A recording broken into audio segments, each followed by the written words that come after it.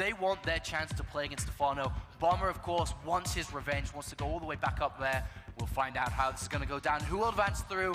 Teammate, always a sad sight, fighting against each other. Best of 3. Starting map is going to be Metropolis. Take it away. Squirtle looking very focused there as we load into the map here. And of course, we do have down in the bottom left, none other than Bomber. Bomber is, oh actually I've got to do this Korean thing, right? I've never done this before. Is it like that thing? Oh no, it's a GSTL, never mind. All right, so I guess that's Bomber in the bottom left. And of course, in the top right, we are going to have StarTale Squirtle. Squirtle is, I really think that he is going to struggle in this matchup, man. You know, he's not the most comfortable against Terran players, even though he did manage to beat Puma. Of course, there is Squirtle. Do you think that he has what it takes to beat such a fantastic, aggressive player like Bomber?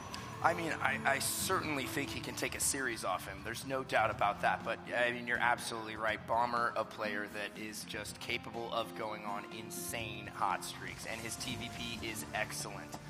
His macro's excellent. He loves dropping. He loves feigning attacks, pulling the Protoss army towards the main and hitting the third at the same time, trying to snipe a Nexus. So, really, I think it's just going to come down to how well Squirtle can maintain his position with his 3 bases. And of course, this map does favor the more one barracks expansion play. Sometimes you do see the gas get added on just for the reason of the, yeah, they are close by air, and that sometimes will happen here, and you can get away with Cloak Banshee and any form of aggression here. 1-1-1 not necessarily used here because of the distances between bases. The probe is coming down now to scout. No gas has been taken for Bomber, so it is going to be a very standard one barracks expand, of course. Yeah, nothing out of the ordinary just yet, and he does get that second depot. I really love it when players do this. Denies any kind of scouting information for Squirtle, and really just what's important here is he's denying Squirtle access to the gas. Squirtle will not know if he's doing a gasless opener or if he's potentially doing maybe something like a 1-1-1 or some form of an all-in. So just keeping his opponent in the dark there and leaving Squirtle with a little bit of air of uncertainty in his head. Yeah, and that's the real difficult thing with Protoss, is it's so difficult to scout. You know, unlike Protoss versus Zerg, well, unfortunately for Squirtle on that last game, but it is a lot more easier, you know, sending out Zealots, you know, sending out the probe, of course, but in this matchup here, it is so difficult, but we do see a second gas going down incredibly early here, even before a Zealot comes out. One advantage, of course, the Bomber's going to be able to have is just to go in there and straight away see it, but this opens up now a lot of different tech paths here for Squirtle, whether it be just a very simple sentry expand, whether he's, you know, going to tech immediately into robotics facility, whether it's a 3-gate pressure, anything along these lines, but Bomber does now know about that, which of course the most important thing in the world. Yeah, got that full scout right there, always awesome, and interesting choice of positioning on the command center here from Bomber. It's actually quite far away from the natural. He didn't even attempt to put it close to the natural above the ramp, but I'm not really sure on the positioning there. Maybe he's, that's exactly what I was considering. Maybe he's going to just drop another command center there and then float one over because, you know, why put the command center there unless you plan on having a macro orbital in base for quite some time? How did this SCV get back in there? I was actually watching what Legend was looking at, and I have no idea, but that's really crucial there for Bomber, who sees that the guys were taken out of gas, so he's like, all right, fine, if you're going to do that, great, because I've got 3 command centers. I now know you're not teching up, you're not going to be aggressive against me, and can clearly piece the puzzle together that there is that Nexus down there, even without scouting it. There is, of course, the 2nd and 3rd gate coming down here. Does still have a lot of gas banked up, but remember the uncertainty you talked about. He has still no idea whether this is a 1-1-1, whether it is a Cloak Banshee, whether it is 2-3 racks behind this. So Bomber just, you know, really taking that thought process of Squirtle and just throwing it out the window and saying, no, I've actually got 3 command centers. Very true, and that's why I'm a huge proponent of dropping that 2nd depot and completing the wall. I mean, it's only 100 resources, and it really just changes the dynamic so much. It prevents very, very important scouting from the Protoss player. Now, we do have double barracks follow-up here, so he went into 3 racks and then immediately grabbed his double gas. So it looks like we are going to see some bio here, and oh, it looks like that probe does sneak in there. Does it get sight of the command center? Yes, I believe it does. So yeah, he does know about that command center. So he's going to be able to just realize what's happened here. He knows now that Bomber tried to trick him a little bit. So he's quite happy just to continue chrono wishing onto the Nexus, for example, here. Does still want want to take map controls we see with the Stalker in the center of the map, controlling that Xelnog tower, just in case, that little cute push we see Terran players do with the 16, 14, 16 Marines come out. But look at that advantage already in the minerals. We see Bomber taking that. Bomber is weak right now, we're not going to lie, he's very weak at this stage, but the longer this game goes on, the more power he's going to get. The SCV count, he's basically going to be able to saturate these two bases so incredibly fast, which will open up double engineering bay, which will open up those medivacs to come out. And there's the first engineering bay coming down. Whether he'll, decide to throw the second one down and delay the starport and so on, or whether he'll just go straight into the factory race shortly here. Well, I mean, there's really no semblance of pressure coming from Squirtle right now, so Bomber has to feel very safe, very secure.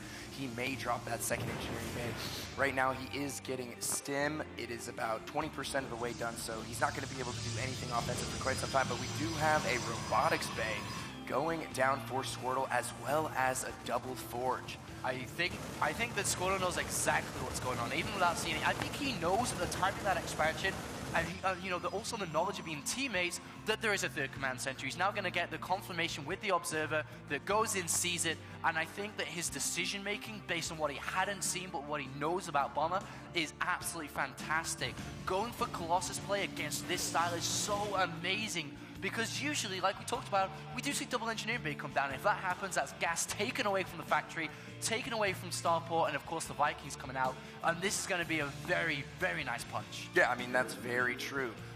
Gas expended on the engineering bay will delay those Vikings from coming out, and a push with Colossus could be devastating. Now, no Raxes have been added just yet for Bomber. He's actually just sitting on 3 right now. There is the factory, so he's going to get a starport after that and start getting those medevacs out immediately.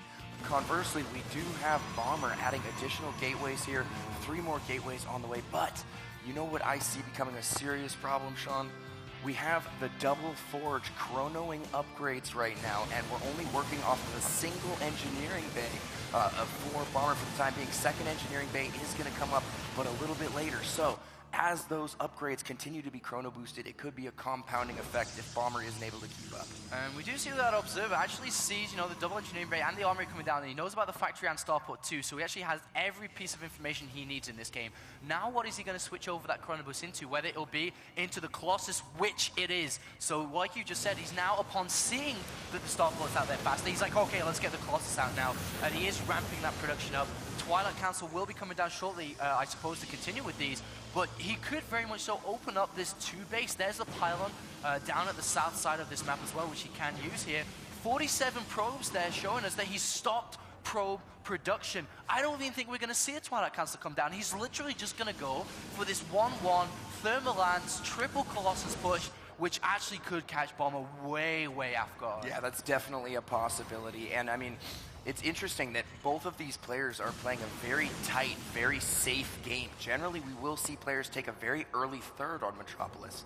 Neither player has attempted to take their third yet, so except Bomber floated that CC down just a little bit ago, so he is establishing his third first. Yeah. He will get a huge advantage in economy, but he doesn't know about his forces. Squirtle this could be so dangerous in the center here if he gets his force fields down. The Colossus, there's no anti-Colossus.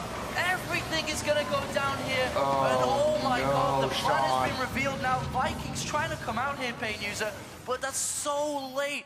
That 3 additional barriers coming down, but oh my god. That is just devastating as a Terran player when you move out with your first squad and it just gets absolutely crushed. He's going to have to pull SCVs off the line here. Here comes Bomber. He's going to try and hold, but Squirtle has the 3 Colossus, and Apollo, you called it. The ranged triple Colossus push right with the +1/+1 is just devastating Bomber. There is 4 Marauders coming from the backside, but he does move his Colossus out of the way. 1 does go down. There's no units here. Not a chance. GG from Bomber. And, well, if I was going to say one mistake in that game from Bomber, please, please, please scout. He had no knowledge of a third base. He had no knowledge of double forge into Zealot Archon, Colossus play,